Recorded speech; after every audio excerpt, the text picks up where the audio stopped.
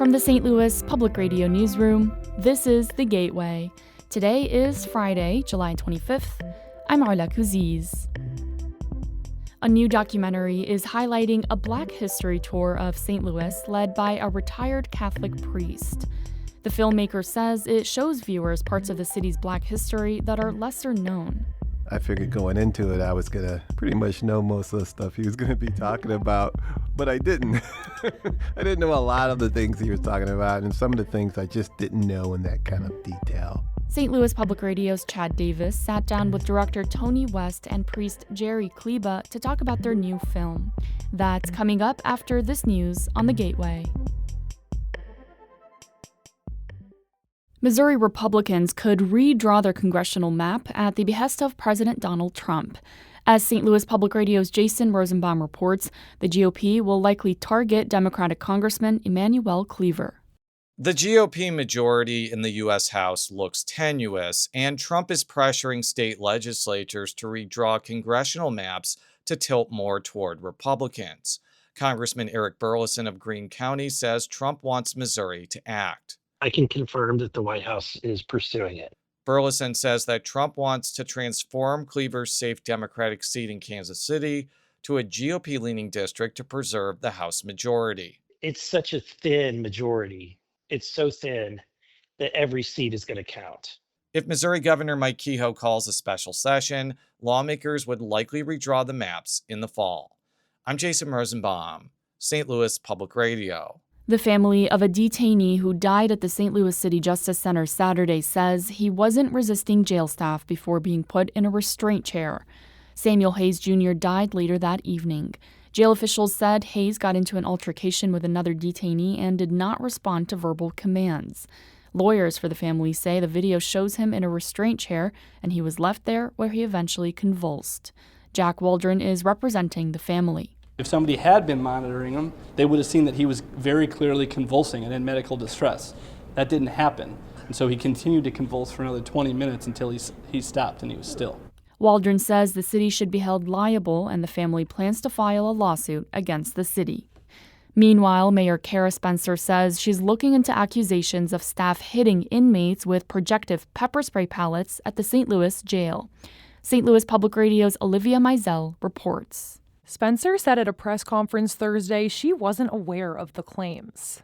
I'm horrified to think that somebody who is employed by our jail would be involved in something that is reckless and endangering the lives of those in incarceration. Deputy Commissioner Darnell Spear was placed on leave last month, but it's not clear if that's related to the allegations. Spencer also said her office will release the videos from early this week of detainee Samuel Hayes Jr. before he died at the jail as soon as possible. She emphasized programs she put in place at the jail, including increased access to mental health care and books. I'm Olivia Mizell, St. Louis Public Radio. The former vice president of the St. Louis Detention Facilities Oversight Board was found not guilty on 2 charges yesterday.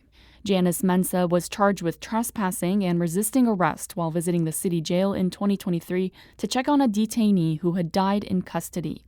They say police beat them unconscious during the arrest. 20 detainees have died at the jail since 2020, and Mensah says those circumstances hit close to home. As a trans person, I have an almost 50% chance of being incarcerated in my lifetime, and that is why these issues are so dear to me. It's been 2 very long, very difficult years. I don't want to ever go through this again. The Justice for Janice Coalition submitted an open letter to St. Louis Mayor Kara Spencer earlier this week, requesting that she drop the charges. Spencer never responded to that letter. A St. Louis property owner has declared bankruptcy and is facing a lawsuit from the city for putting people in inhumane conditions in her dozens of rooming houses. One of the neighbors says there are still people in danger. Brittany Marquardt lived next to one of the Tower Grove East buildings operated by Dara Doherty.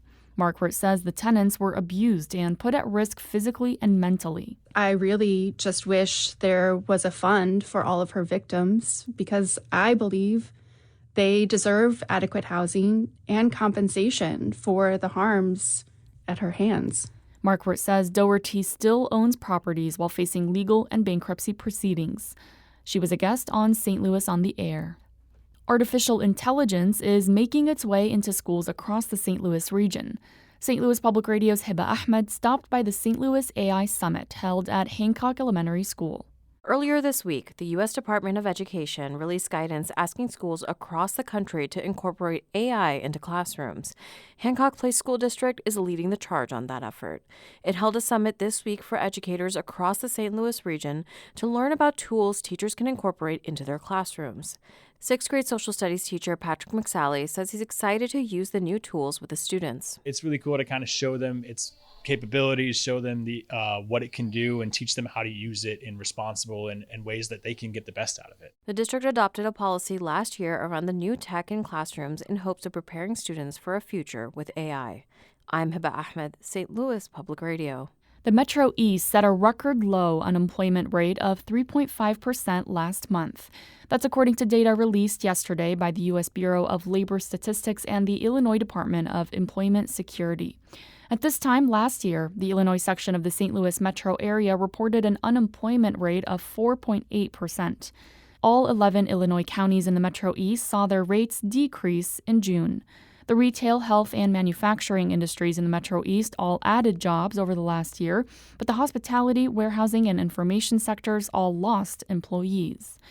Overall, Illinois' unemployment rate stands at 4.5%.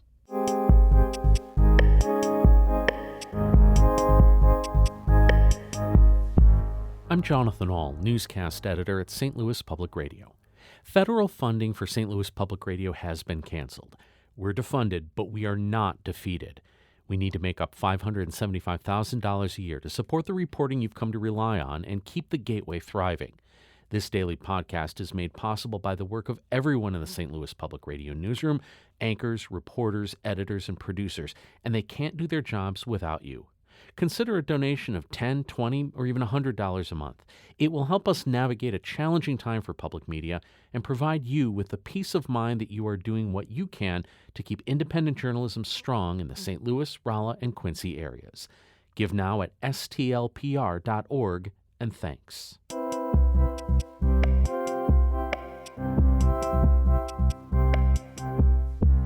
A documentary is highlighting St. Louis's Black history through the eyes of a retired priest. Father Gerry Kleba is a white priest from South St. Louis who headed up 2 Catholic churches in Black neighborhoods for decades and has led tours of Black St. Louis's history for 5 years. St. Louis Public Radio's Chad Davis sat down with Father Kleba and director Tony West to talk about the film A Black History Tour of St. Louis ahead of the St. Louis Filmmakers Showcase Sunday. West says the tours are an eye-opening experience, even for him. Being an African American that grew up in St. Louis and one that works in television, I figured going into it I was going to pretty much know most of the stuff he was going to be talking about, but I didn't. I didn't know a lot of the things he was talking about, and some of the things I just didn't know in that kind of detail. This tour is based on a tour that he gave the new Archbishop Rosansky when he came here in 2020. Father Gerry went to him and said, I've been a priest in this city for 50 years, and I think I'm the one to give you a tour. And to his credit, Archbishop agrees to go on this tour. So that's how everything got started. I wanted to talk to you, Gerry, about your journey. What are some of the places that you show on your tour? We show you Fountain Park with a Martin Luther King statue in it, and with lovely trees in the park, and the Centennial Church on the corner still standing there instead of collapsed in. And, and on the good side of things, like we tell the story of Scott Joplin and the Scott Joplin house, and then we go to confession and we tell that the Catholic Church, archbishops in the Catholic Church who owned enslaved people, the Jesuits who came here to start St. Louis University came here with 3 enslaved Black couples. So those are some of the things. And the story of Homer Phillips really gets told better by Jobina Foster, who studied at the nursing school there. We became graduates of Homer G. Phillips School of Nursing, sitting on one side, and these municipal school of nurses sitting on the other side, the white side. Lynn Jackson, the great-great-granddaughter of Scott, Dred Scott, and Harriet Scott. Did they really want to go further? Because if it went to the Supreme Court, it was going to affect everyone. What if they lost? And they did. I know you were saying that, you were learning some things when you were on tour with Gerry. What are some things that you learned as far as like Catholic Black history in St. Louis that maybe a lot of people don't know? Well, first, right off the bat, the integration of John Hamilton Smith integrating Visitation School in the 40s was something I had never heard of. And that's early in the film. And I just... How has his name not been like all over the place? Because that, I knew Brown v. Board.